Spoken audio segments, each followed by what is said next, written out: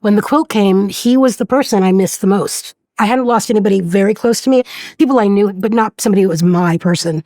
So I just didn't want him to be left out. So I sewed all night, and I went the next day to give the panel. And 33 years later is the first time I've seen it live.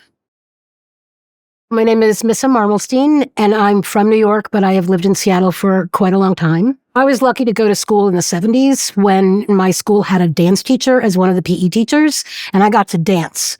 And we were just outside the city, so we used to go on field trips all the time into the city to see dance. And so when I was 14, I think was the first time, we went to see Alvin Ailey, and I was floored, just blown away.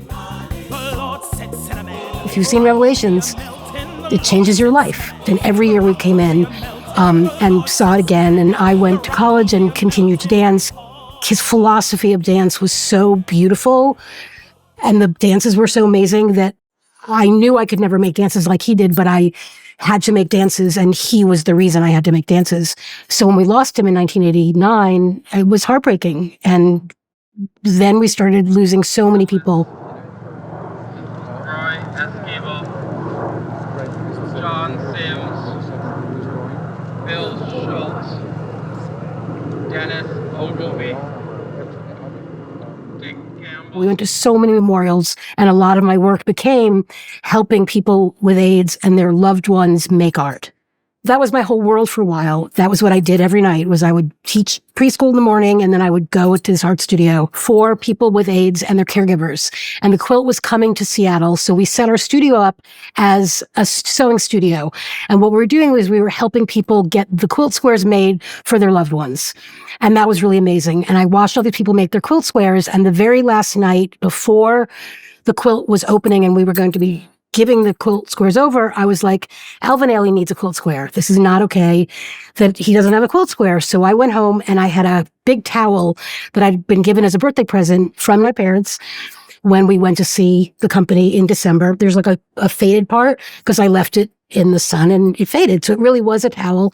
And I cut out the logo and I sewed it that night onto a curtain that a drag queen friend of mine had given me because it was shiny.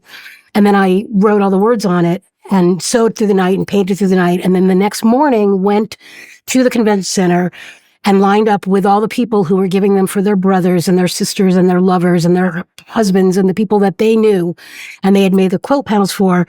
And I was nervous because I thought, well, I don't know Alvin Ailey. Is this presumptuous of me? But I just felt like he needed to be on the quilt. So I gave it away, and I haven't seen it in 33 years in person. So when I found out it was in the exhibit, the first thing I found out was that it was anonymous.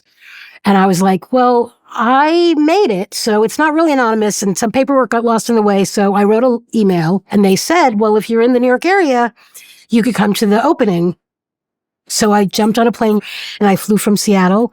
It was a little overwhelming when I first saw it. I got verklempt because it was I had never seen it sewn in with the other pieces. And so I saw it from afar and it was lit up and it was beautiful. And I kept standing there and watching people be really moved, and they wanted to hear the story. And it was beautiful, but really emotional because especially some of the people who were older, who remember going through that time that was so horrible and hard, they were moved. But then also, I really love that younger people are sort of being forced to remember that we lost him to AIDS. And you might not have been there, but we lost so many storytellers and of all sorts. We lost our singers, we lost our playwrights, we lost our dancers, we lost our choreographers. David Jackson,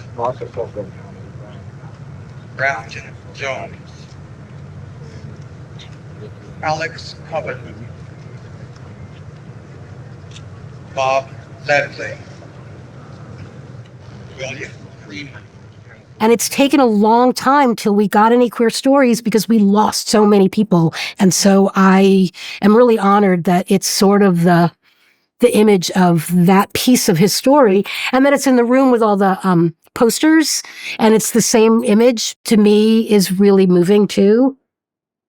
It's important because he deserves to be remembered in all the contexts, but also as somebody that didn't get to keep telling the stories that he deserved to tell. I think he would be thrilled that it's up there. And that people are being moved by it.